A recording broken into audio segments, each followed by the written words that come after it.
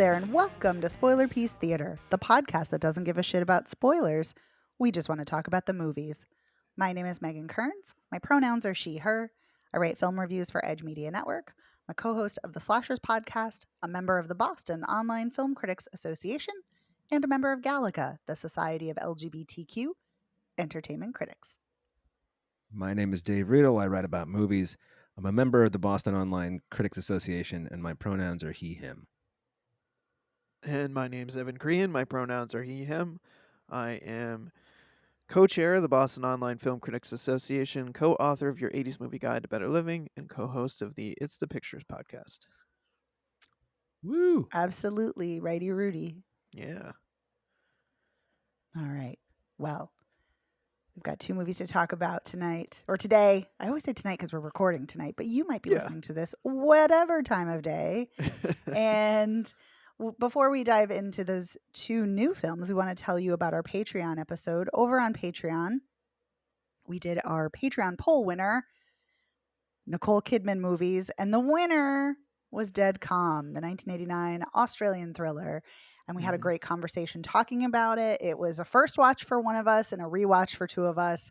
So if you're a patron, go check it out. And if you're not a patron, consider joining for $5 a month. So if you know anything about Dead Calm, there's a lot of spoilery stuff to talk about in there too. Yeah, it really there is. are a lot of spoilers to dive into. Dive, get it? Dead Calm, dive. Yeah, I see what you did there. I don't make a lot of dad puns, but it was just right there. I had to. And all right, for this week's show, we're going to be talking about two new films. Oh, but before we do that again, I also wanted to say a huge thank you to our sponsor piece patron, Heather Sachs. Heather, thank you so much. Thank you, Heather. And those two new films are the thriller Inheritance and the comedy Rockies. And that's what we're going to start with, the very indie comedy Rockies, which is written and directed by Benjamin Cohen and Max Strand. And it's an ensemble cast, including Jesse Chase Owens, Gil Perez Abraham, and Brendan Devin Lindsay. And let me give you the synopsis. This comes from the press release. Growing up, Charlie and his friends spent their days loitering in the parking lot of Rockies, the neighborhood 24/7 deli. Years later, after drifting apart during their college years, Charlie receives word that an ex-girlfriend has tragically died. He returns home ahead of the funeral, aware that there are some people that it will be awkward to see. His first stop is Rockies, where he runs into a cast of characters from his past, some happy to see him, others are not. In real time, the old crew reconnects to confront past wounds, eat a few sandwiches, and face the reality that they've grown up, whether they want to admit it or not. Yeah, so that is basically the premise. There is not a lot of plot to this movie. The film opens with messages that Charlie is listening to about his deceased ex-girlfriend and who died of a drug overdose. And he's sitting in the car and he's hesitating to reconnect with his friends. And yeah, they're basically just like hanging out, chatting, eating sandwiches, busting on each other, joking around. That's about it. Talking about their love lives. Yeah. Talking about their school, talking about their families, talking about their love lives. Yeah, that's about it. That's the movie. And it takes place this one day before the funeral of this girl who they knew, that they all knew. And who our main character dated for a long time, right? Yeah, I said it was his ex-girlfriend. Did you? Oh. I did. Yeah. I must have been looking at the poster where they're all in the dugout, although there's never a time when they're all in the dugout, but that's okay. They eat their sandwiches there, actually. Yeah. What? Yeah. Did I see the same movie you two did? They all get the sandwiches and they sit in the dugout. Yeah. It's not the exact shot that's on the poster, but it does Well, sure, happen there. Yeah. So that might be why it's throwing you. But anywho, yes. So that is essentially the plot. We learn some things about each of the characters. Like one of them, his dad died, and Charlie didn't come back home to go to the funeral. But he actually did come back home and didn't tell anyone. But one of the other guys knows about it. Another guy has a new girlfriend that they think is not a real girlfriend for some reason, and she's older than him, and he took her to McDonald's, which they all think is weird.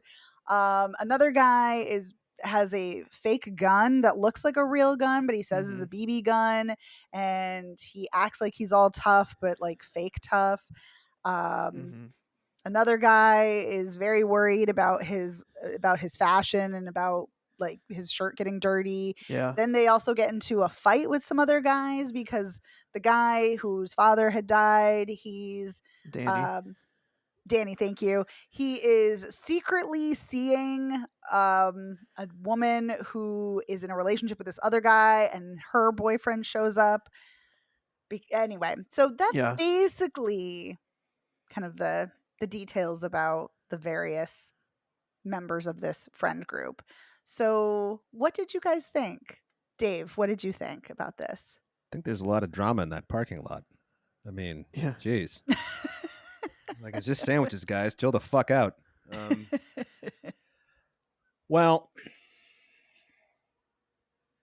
I kind of want to give Rockies a little bit of a mulligan because it is micro budget, and for being as low budget as it is, actually looks pretty good. The performances are, I mean, they're uneven, but they're largely pretty good. But the thing that really was kind of throwing me off is that this is an 80-minute movie that really needs tighter editing. Yeah. So, oh my god. Yeah.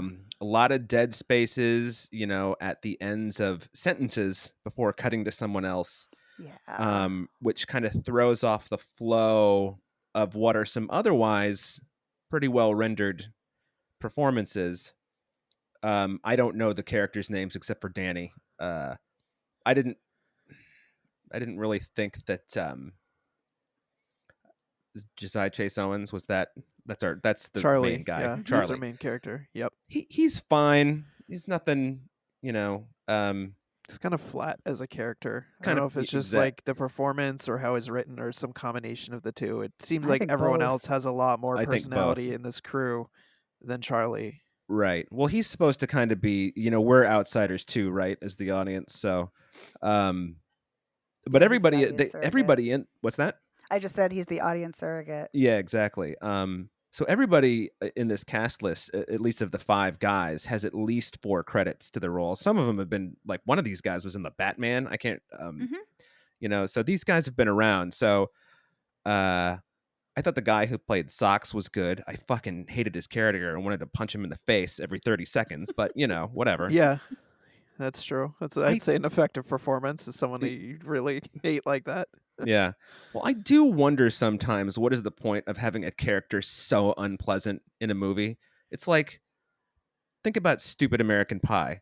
Like, why is Stifler there except to be the butt of jokes, I guess? I But think that's it. And what is Socks there to do? Just stir up trouble, basically. And it's kind of, I mean, I get it, but it's kind of, can't we find a different way to stir up trouble instead of spending the last 3 minutes talking about, like, you didn't even come to his dad's funeral, man? And it's like, well, I'm sorry, funerals suck.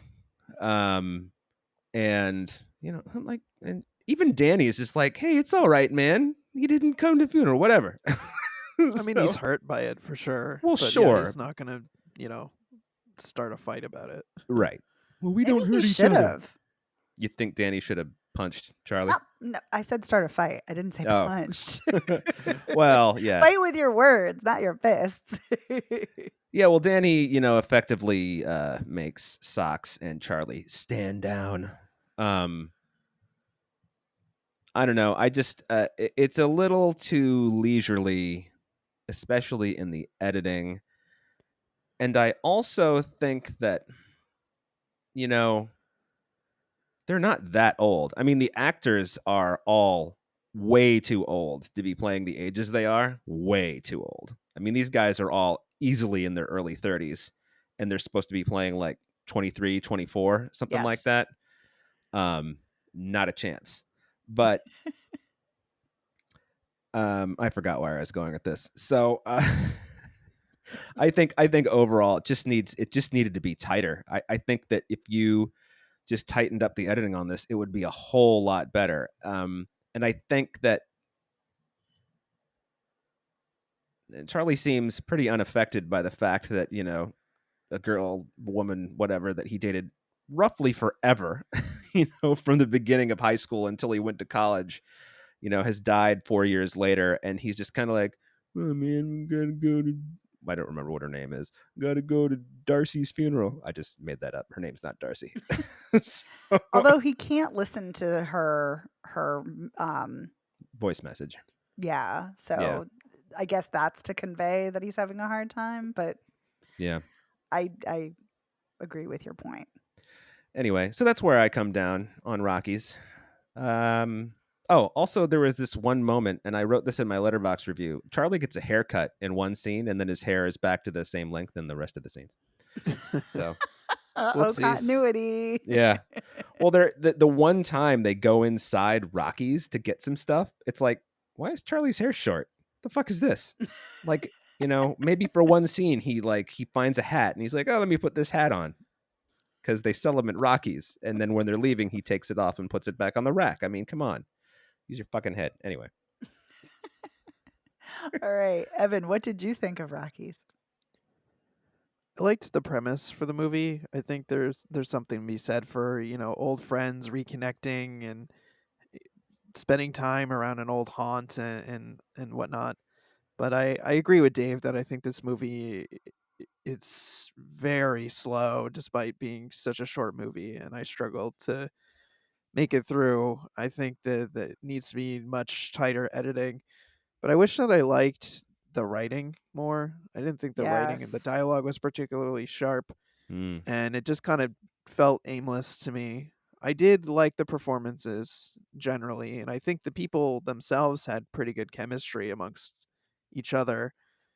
They felt like they could be friends despite being, you know, an oddball crew of people.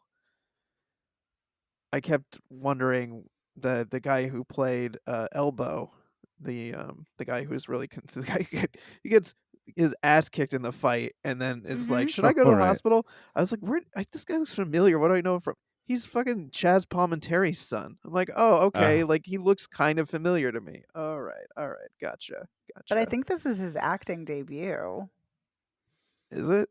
I think so, but maybe not. I could be mistaken. Oh, I was gonna say I thought he had some credits under his belt. Yeah, it looks like he's Maybe been in not. some stuff, I might be but thinking of one of the other cast members. Okay, never mind.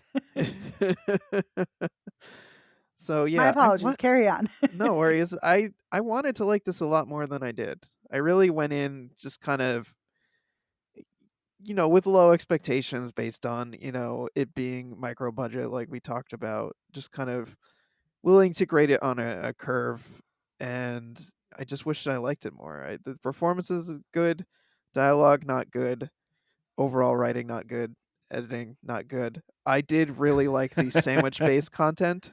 I liked at the beginning when they were making that fun breakfast sandwich that one of the guys was eating, that Noah was eating, and I liked the parts where they were talking about their different sandwich orders. They were giving their orders to Elbow in various different flashbacks of what kind of sandwich they were getting from Rockies. I thought that was all pretty fun, and probably would have enjoyed more stuff revolving around food, which I think can be a really Oh yeah. fun angle to take with the movie. It's like they're hanging out around this deli because, you know, I've got this parking lot here and this baseball field, so it's like, you know, prime high school, college, you know, early college age place to hang out because you can just sit there and drink and whatever. And but I think if they had gone more on the sandwich food angle, that could have been a really fun way to make this interesting and make it, you know, maybe a Mhm. little bit more engaging and give it a little more personality. Where do you come Yeah. down, Megan?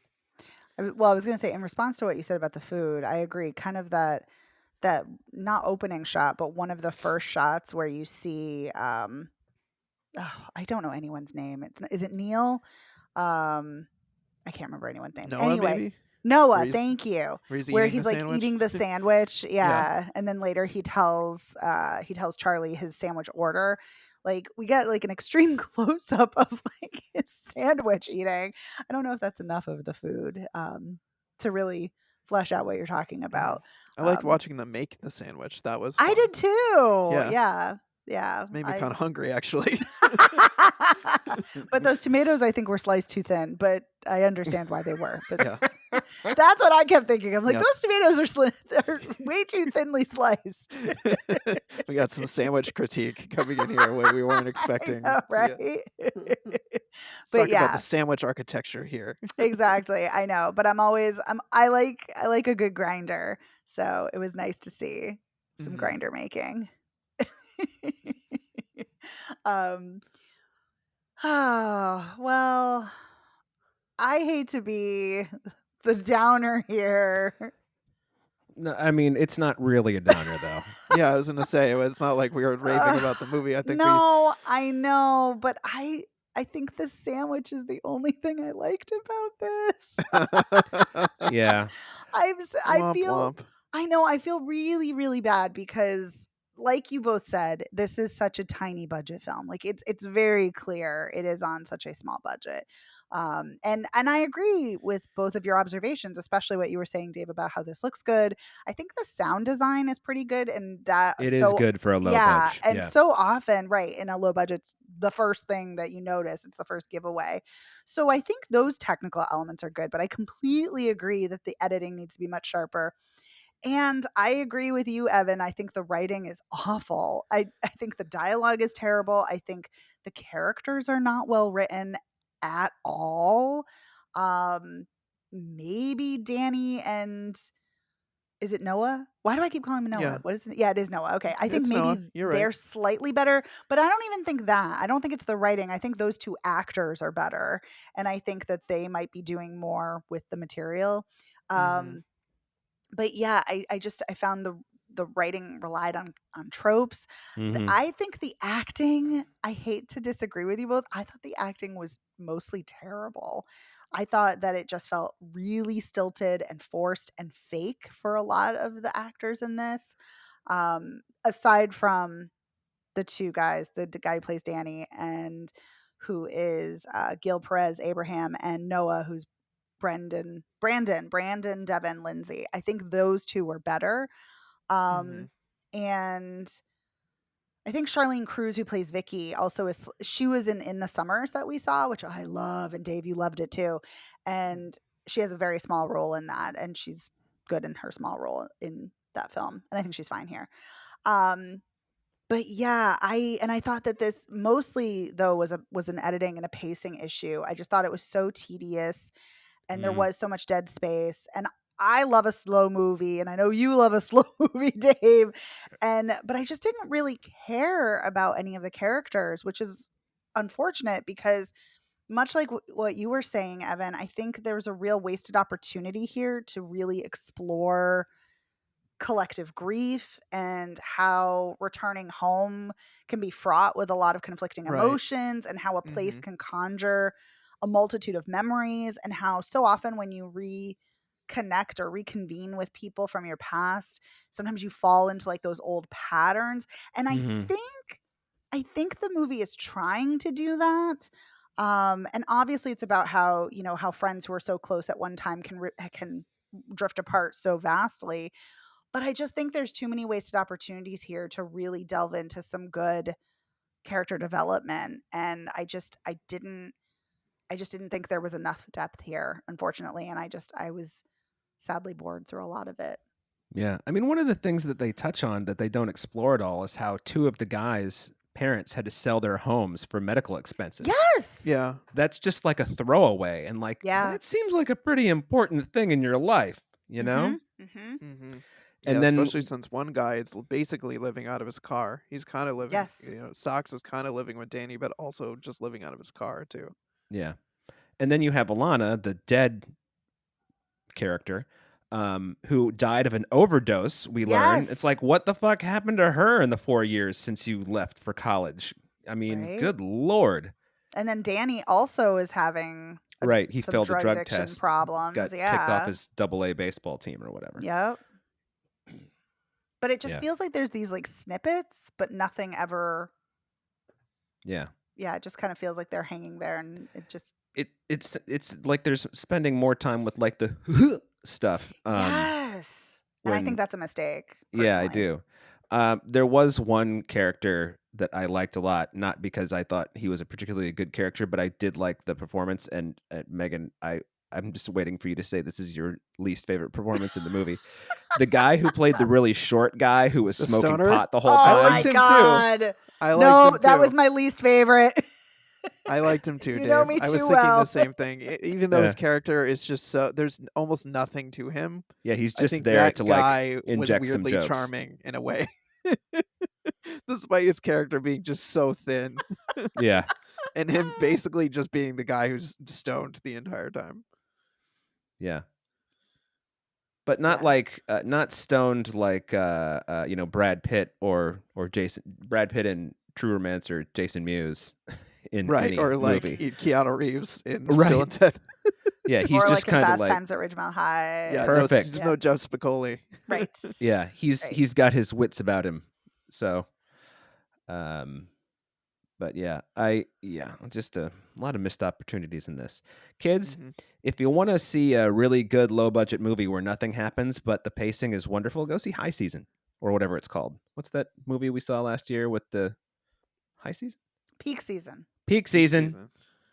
You mean the one that's on your top 10 favorite films? Yeah, I couldn't remember the name of it. Yeah, no, I just want to make sure we're talking about the right one. Yeah, that's Peak Season. Yeah, well, I'm thinking, there's because some people call like the tour, high season, low season. So, Yes, they do. Yeah, no, that makes sense as to why but they're the fucking peak season, motherfucker. So, No, Peak Season's great. I loved Peak Season too. yeah. It's a wonderful movie. Yeah. All right. Do we have any final thoughts, Nah. Evan? No. All right. Well, now I'll be thinking about sandwiches for a while. I know. I kind of Yep. want a sandwich right now. I know. I really Yeah. do. Right? That sounds good. Mhm. It's funny because in my early 20s I lived right next to a 24-hour diner that had we lived there. We ate so many sandwiches. So this movie I thought might conjure up some of that nostalgia, but it really only just made me want a sandwich.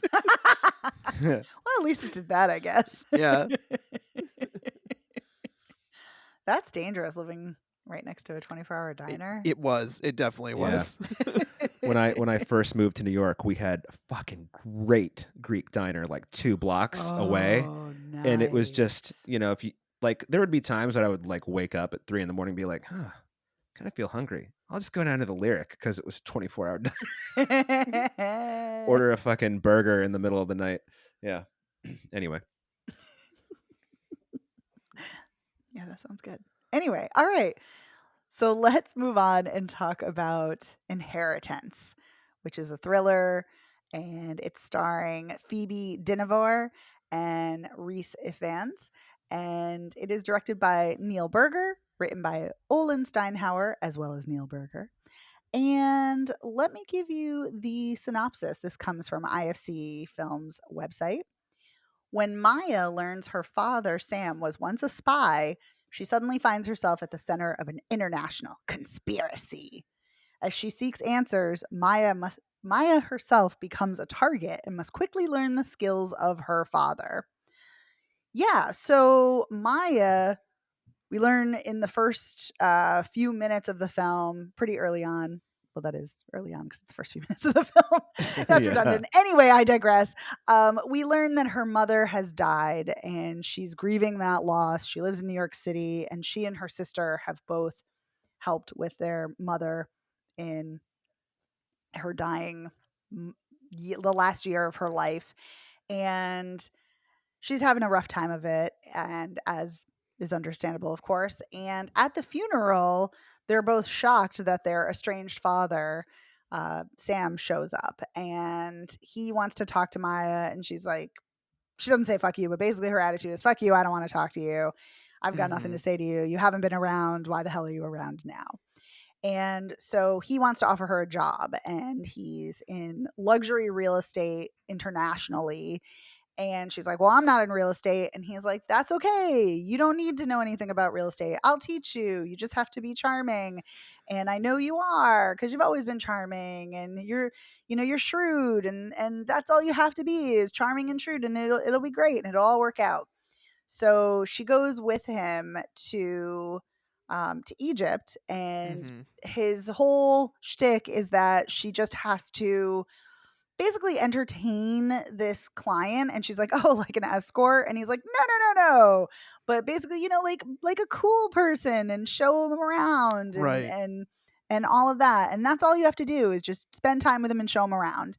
And so they get to their hotel, they go to eat, and he steps out, and then she gets a phone call from him saying, grab my laptop, grab your stuff, and get the hell out of the restaurant. And she's like, what are you even talking about? What is going on? And he's like, get out of there immediately, but make sure you get my laptop. And so she exits the restaurant, and then it is swarming with police.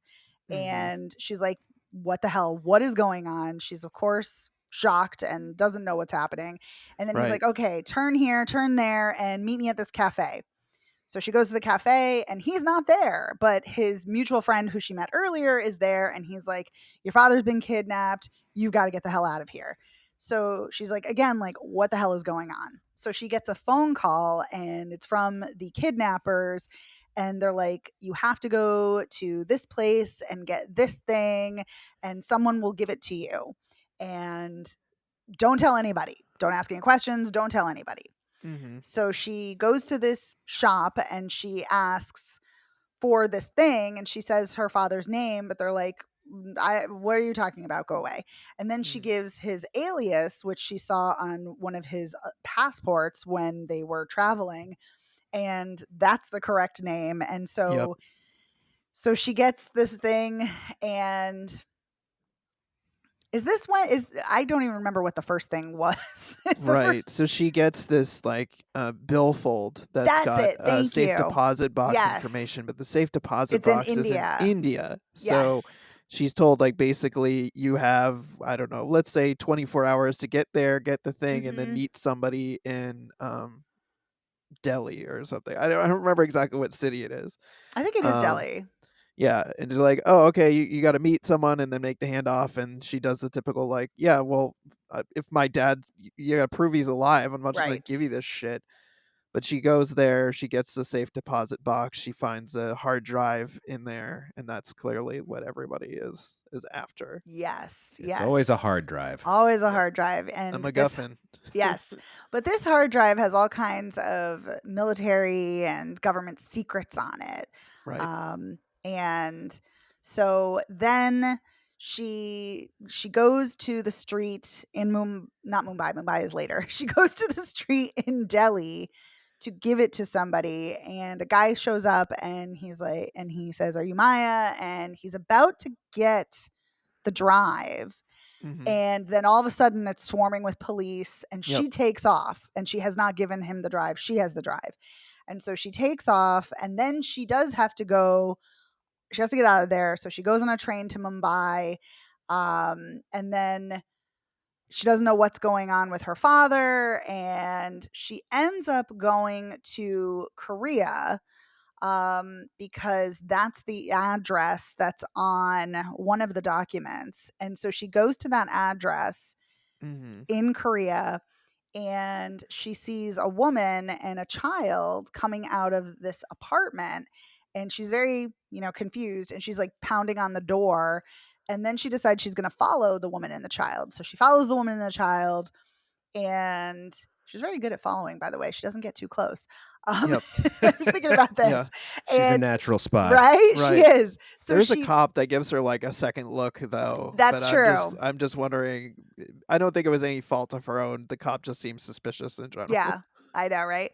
So she goes to so she follows them to this restaurant, and they sit down, and who shows up? Dun dun dun! But Yeah. her father. Yeah, piece of And shit, not kidnapped father. exactly. So then she calls the kidnappers, and she says, put my father on the phone. And then they're like, oh, he's not here. And then she's like, put him on right now.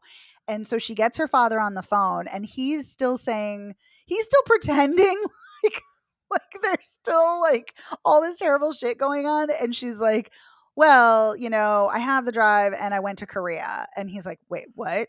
And she's like, yeah. And so basically, the jig is up. I'm here. And then he sees that she's staring across the street from her. And so then they have a confrontation. They're on a bridge, and she starts talking about how this was the bridge where between North Korea and South Korea, refugees were fleeing. And basically, the government blew up the bridge. And he's like, well, maybe that was an okay thing because then it saved a lot of people's lives. Wow. Okay. Whatever, dude.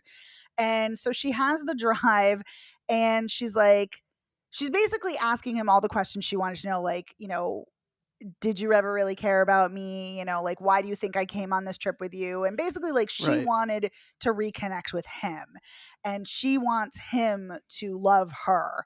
And she's like, and he's like, you've always been my special girl. It's always been you. And like, what about the fucking sister? But whatever. And so then she's Yeah, like, I know. and then so she's like, so you'll love me no matter what? And he's like, of course I will, honey. Of course I will. She's like, that's good to know. And she chucks the drive into the river, which is so great. And then Yep. he's like, and he fucking hits her Yeah. hard. Decks her. Yeah. And then straight up calls her the decks her. C word. Right. And it's like, and she's like, I knew it. Like, she knew it. She knew he was a scumbag. And so he's a Mhm. scumbag. And a stranger, comes over and is like, are you okay? And she's like, yeah. And so her father walks off, and then she goes home and she tells her sister nothing. She's like, no. She gets picked up by Homeland Security. Don't forget that. Yeah. Right. Well, I hadn't gotten there yet, but you're right. Oh. You're right. Sorry, I was just talking about the phone call, but no, I'm the telling you phone that. call. No, but Excuse you're me. right. I'm telling it weirdly. So you're right. She gets picked up by Homeland Security when she flies back into New York, and they're looking for this drive, and the woman who is always with the police, like kind of tailing her and her father. Yeah. She's like, I heard that you threw it into the river. And she's like, yep, I did. And she's like, you're stupid. You should have come to me, because she works with Interpol. And she's like, you should have come to me. You should have come to us right away. And then they let her go. So she goes home, and she still tells her sister nothing. And her sister's like, oh, you have a package. And she's like, it was sent to me, but it's to you. And she's like, yeah, I know. And she's like, you don't want to open it? No, I don't want to open it. Her sister opens it, and she's like, what's this weird drive? And it's the drive. And then Yep. as the credits are rolling, we see she does a wire transfer and gets a shitload of money. Right, because the person who owned the drive was this hacker who was working with her Yes. father, and he had all this Bitcoin that he had accumulated, in addition to all of these, classified documents and secrets that he was looking to, or they were looking to sell together. Yes. And that is the end of the movie. Okay. Evan, what did you think? I really dug this movie. I thought it was tense. Like, the chase sequences were very intense. The whole motorcycle chase where she's on the back of the motorcycle and just, fleeing through these different alleys. Like, she grabs the guy who's like, a taxi motorcycle driver, and says like, oh, my evil ex is chasing me, help me get away. And he does in this very daring escape. And when she's trying to get to the train, when she's running through the marketplace, there are just a number of times where she's being pursued by people, and I just think very well, shot in such a way that it's and edited. There's a lot of handheld camera work in this movie that adds to the tension. I like that this movie is not very heavy on exposition. A lot of it is just the character experiencing all this stuff. And it's just so often in spy kind of movies, you have the character going, well, they meet a stranger or someone that they think they can trust, and they're like, oh yeah, well, my dad, he's kidnapped and I don't know what's going on. Like, there's not a lot of that, which I really like. It's just her going through it, her trying to figure it out, and you're left with a lot of like quieter moments of her just kind of processing all of this emotionally, and I think that also just adds to the tension in the movie. And her dad is such a dick. He's such a dick, and I just remember at like a certain point thinking he probably just planned this from he showed up at the funeral with this fucking plan, and then when you find out later, like, Mhm. of course he fucking did. He's a gigantic piece of shit. So I love at the end that she, takes the money for herself as her quote inheritance because her sister asked what it is. And I love that. So I loved how it ended, and I was really all about this movie. All right. Dave, what did you think? What did you say about Rockies that you hated to be the one who's going to The be like downer. the downer? Oh no, Dave. I unfortunately thought this was predictable and not tense, and I thought Reese Ifans was really bad. So, Oh, yeah, interesting. decent accent. I will say that. Decent Yeah. American accent. Well, all the Brits, whenever they do American, they just go low. They just get all gravelly, and that's how I Right. feel like they manage Gr- the transition. Gravelly and flat, you know? Yeah. When I say flat, I mean no, flat accent, not flat performance. Mhm. Phoebe It wasn't Dinevers is not a No, she sounds gravelly like a accent. normal person. Is she Right. Emily from what's the movie where she and her fiance are trying to kill each other? They're both in Fair play. finance. Fair Play. Yep. Um she's so good in that. Hmm. I feel like She is. Maya doesn't really have a lot to do in this except sort of walk Oh. around and try to find stuff. Um I did like the angle that there are all these people talking to her and you're not sure whether it's a guy hitting on her or if it's some spy trying to Hmm. slash her Yeah. throat in a restaurant or something like that.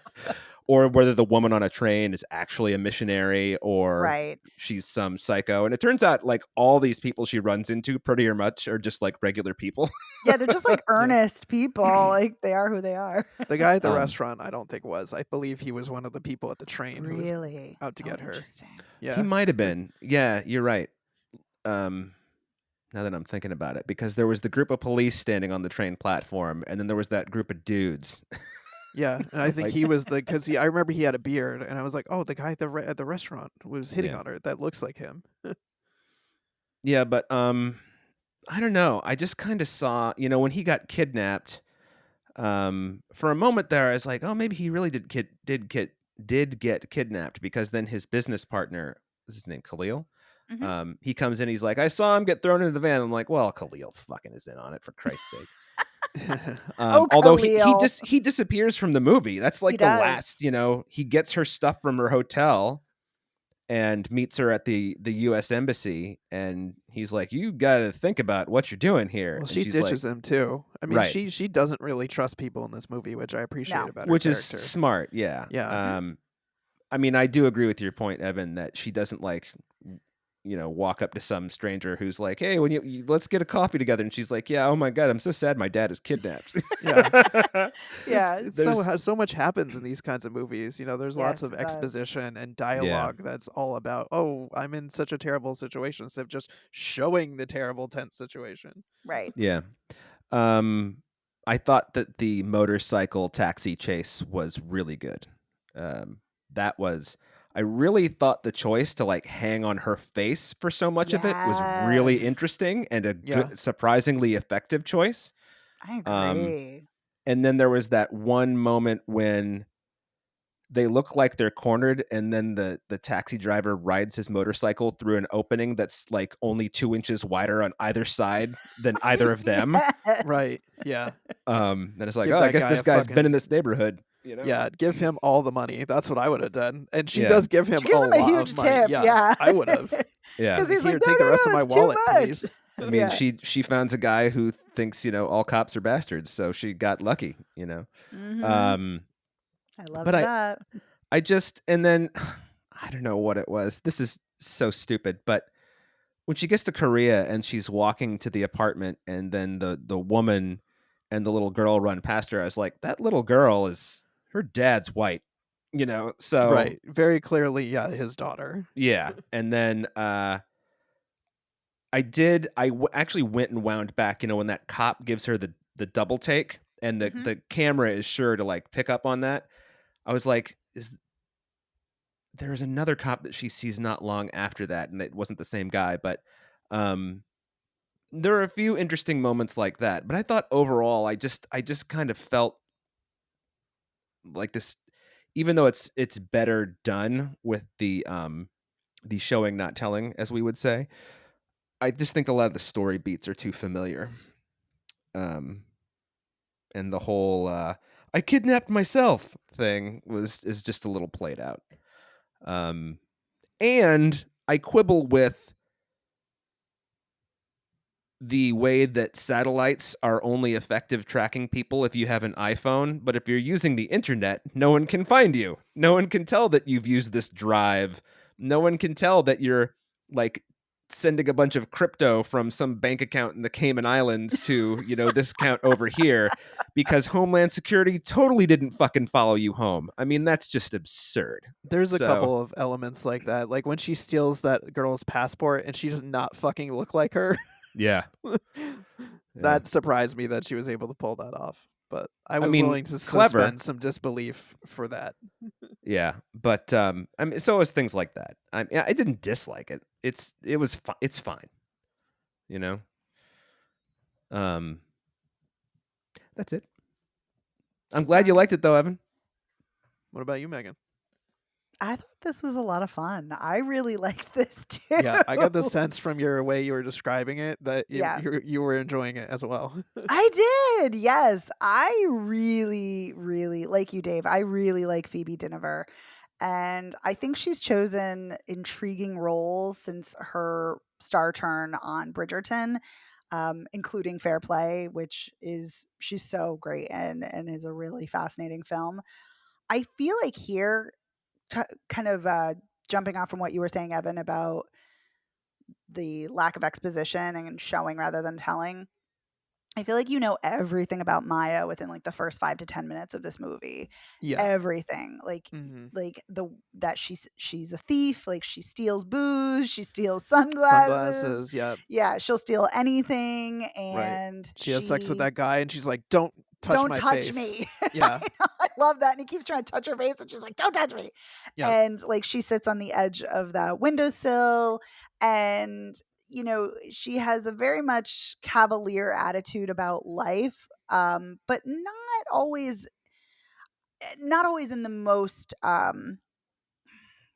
conventional sense. And like you can argue like, well, she's drinking a lot and well, she's stealing, but I don't know. Just there's something about the way that she's acting and the way that the film unfolds that it felt very authentic and organic in showing us who she is as a person and the grief that she's struggling with.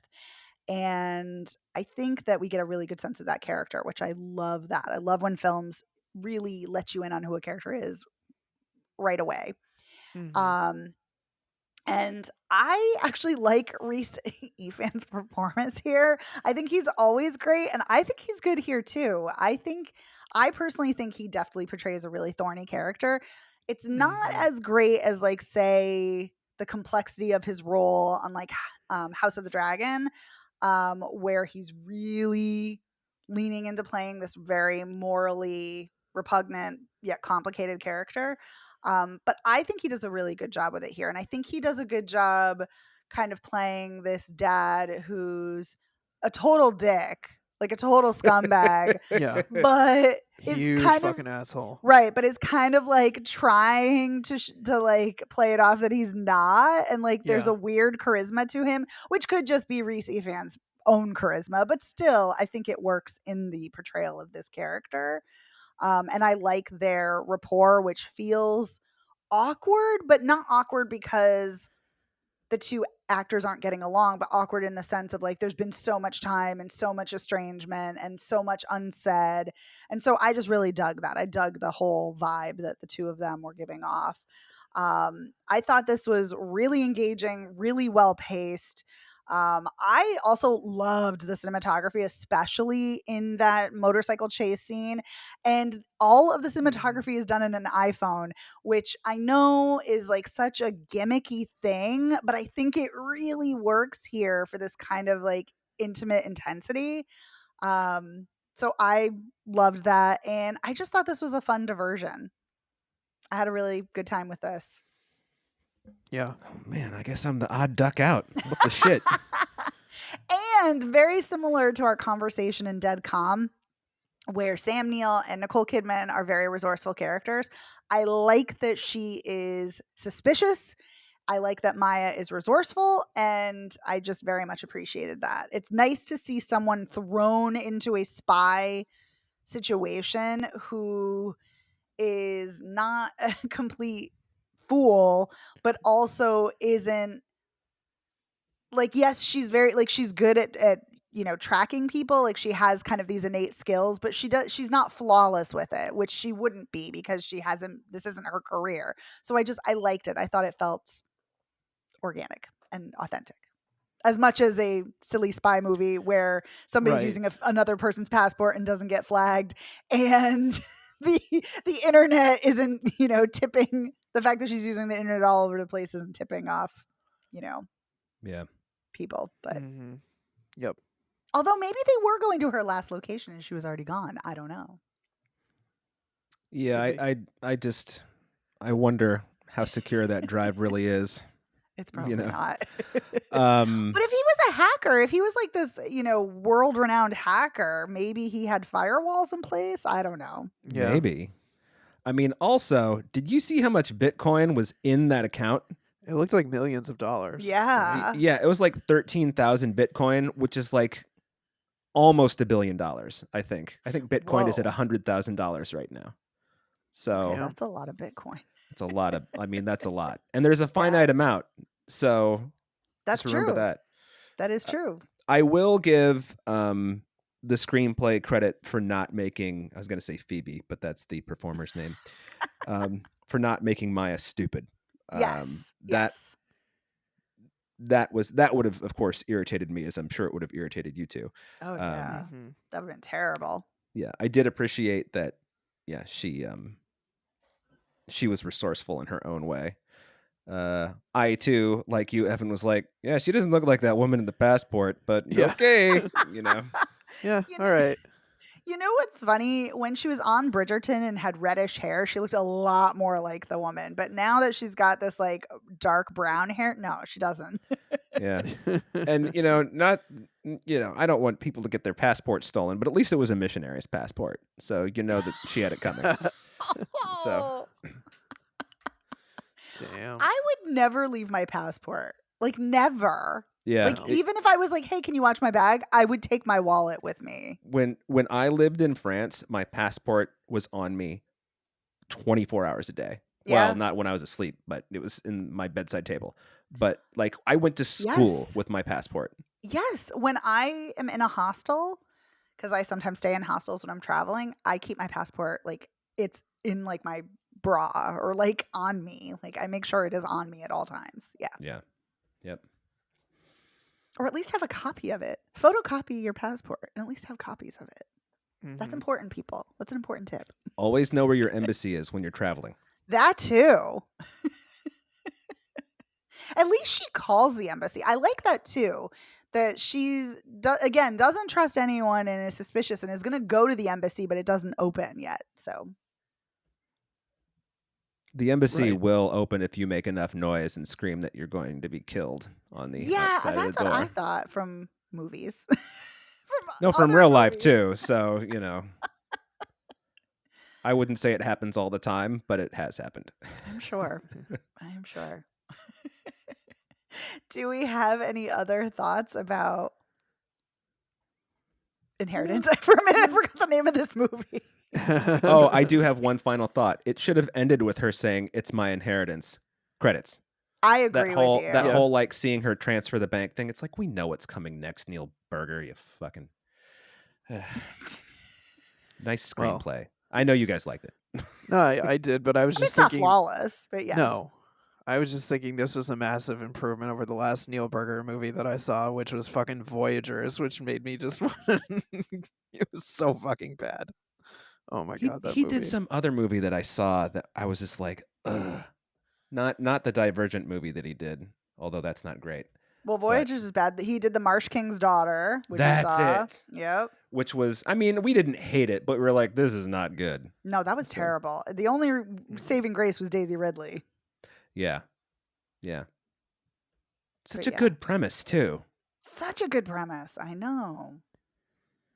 Anyway, yeah. So it should have ended when she said it's my inheritance. And then, or maybe she should have added, and you don't get none, sis, because you suck. Because her sister was kind of a wet blanket asshole. Wait, how is she a wet blanket asshole? She was just always being like, Maya, you're not cut out for this. Are you drinking again? Just shut the fuck up. I mean, you need somebody in your life to call out your shit. I mean, the poor woman just spent the last 8 months watching her mother die, as she says, without complaining. So, Well, you so know, did the sister. cut me. They both did. I don't think I think the implication was that the sister was not there nearly as much. See, I thought the implication was that they both were there. No, yeah, I got the because sense that they both were, but I think that Maya was the primary caretaker. Yeah, well, because the sister had a baby, so yeah, you're Right. probably right. Right. So And good she observation, Dave. she says in her eulogy, you know, I want to thank Maya for blah blah blah blah blah. You know, for being with moms. Yes. Because they call her moms. They don't call her moms. No, nobody calls her moms.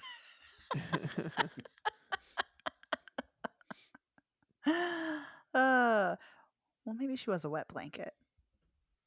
She was just kind of she was a little abrasive, you know. But I feel like a lot of people have that sibling though. That's what I mean. I Brother just think, or yeah, sister. You know? have either a friend, a parent, a sibling. You have somebody in your life who is like, what's going on? What are you always questioning your choices. doing? Yes. I think questioning is always a good thing. Uh-oh, maybe I'm that person. Maybe I'm the wet blanket. Oh, no. It's me. Hi, I'm the problem. It's me. Okay, do we have any final thoughts on Inheritance? No, that was really my truly final thought. That was a good final thought. Thank you. What about you, Evan?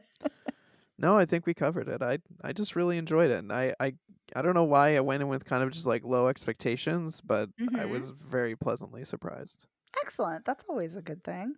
It's Mhm. always a nice surprise. All right, well, let's do a recap. So, Rockies is on digital as of January 21st, so you can rent it. And would you guys recommend it? I don't think I can. No, unfortunately. Yeah, me neither. Ah, it's a shame. There are a lot of better indie comedy dramas out there. That is true. And we've seen a lot of them in the last year. Yes. Mhm. All right. And Inheritance opens in theaters January 24th. And would you guys recommend it? I can't. I can't. I just can't. I mean, I was waiting for Dave to go because I think you know how I feel. I obviously would recommend it. Yeah. Yeah. I would too. I don't know if you need to rush out and see it. You might want to wait and rent it. But yeah, I had fun with this too. You know what I can say? If this is one of those movies that like it's Saturday night, I don't know what to watch, and then I see, you know, Phoebe Dynevor's face like come up on my TV. They're like, "Oh, what's this Inheritance? Oh, Reese funds. Oh, okay." And then on Saturday night, when you weren't expecting to watch anything, you'd tell your friends, "Hey, I saw this pretty decent thriller last night." Yeah, there you go. That's what you would say. I like this whole scenario. I wanted to see where it was going next. I feel like that used to happen all the time when we didn't have nearly as many choices. That's true. You would just be like, what's on fucking USA? Oh, The Breakfast Club again. Yeah. Yeah, just stumble into watching something you've seen 20 other times 2010 before. again. Jesus Christ, USA God Network. damn 2010. Oh, I love 2010. That was always on TV. That's why I've seen it so many times. All right. Well, thank you so much for listening to Spoiler Piece Theater. You can find our episodes everywhere you get podcasts, as well as our website, spoilerpiece.com. We want to give a huge thank you to our editor, Otto Clammer. Otto, thank you so much for making us sound great. Thank you, Otto. Thanks, Otto. You can, in addition to our website, you can also find us on our social media platforms. We're at Spoiler Piece Theater on Facebook. We're at Spoiler Piece on Twitter, Instagram, Threads, Blue Sky, Letterboxd. I think that's everywhere. I think that's I everything. think so. And Yeah. yeah, follow us, say hello. We love that. Let us know what you think of movies and ask us questions. And if you've seen either of these movies, let us know. Let us know what you think. You Mhm. can reach out to us on social media, or you can email us, spoilerpiece@gmail.com, or you can give us a call. At 86221-PEACE. Leave us a voicemail message, text us, and yeah, have a chitty chat with us. And if you like the show, please consider rating and reviewing us at ratethispodcast.com/spoilerpiece. We'll take you to your preferred platform of choice, and it helps get the word out about the show. Or you can go directly to Apple Podcasts or Spotify and rate us there. And Mhm. if you really, really like the show, you can always get some merch. You can get it through our TeePublic store on our website. And we have all kinds of clothing and mugs and tote bags and magnets, all kinds of goodies. And if Mhm. you really, really, really like the show and you're not already a patron, and if you are a patron, thank you. But if you're not already a patron, consider joining, because for $5 a month, you get access to weekly bonus episodes, such as this week's episode, where we talk about our Patreon poll winner. It was a Nicole Kidman movie poll, and the winner was Dead Calm. We had a great time talking about it. Mhm. You also get to vote in monthly polls if you're a Patreon member, and you get access to hundreds of our back catalog of hundreds of bonus episodes, all kinds of things. And we often go off the rails on those, even Yes, we more than do. here. Here we're kind of, professional. There it's chaos. It's madness. I seem to recall a Jimmy Stewart impression that had both of us in tears a couple weeks ago.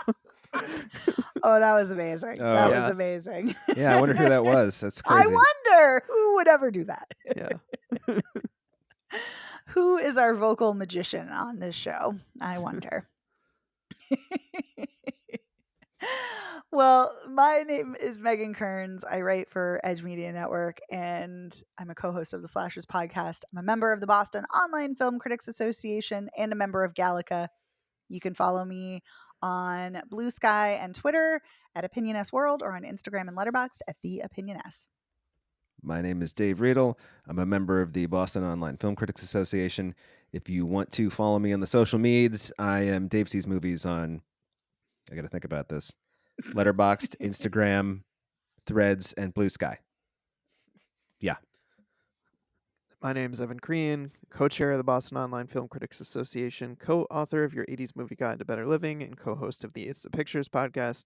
You can follow me on social media as Real Recon, and that's real as in film reel. And we'll see you next time. Bye. Bye.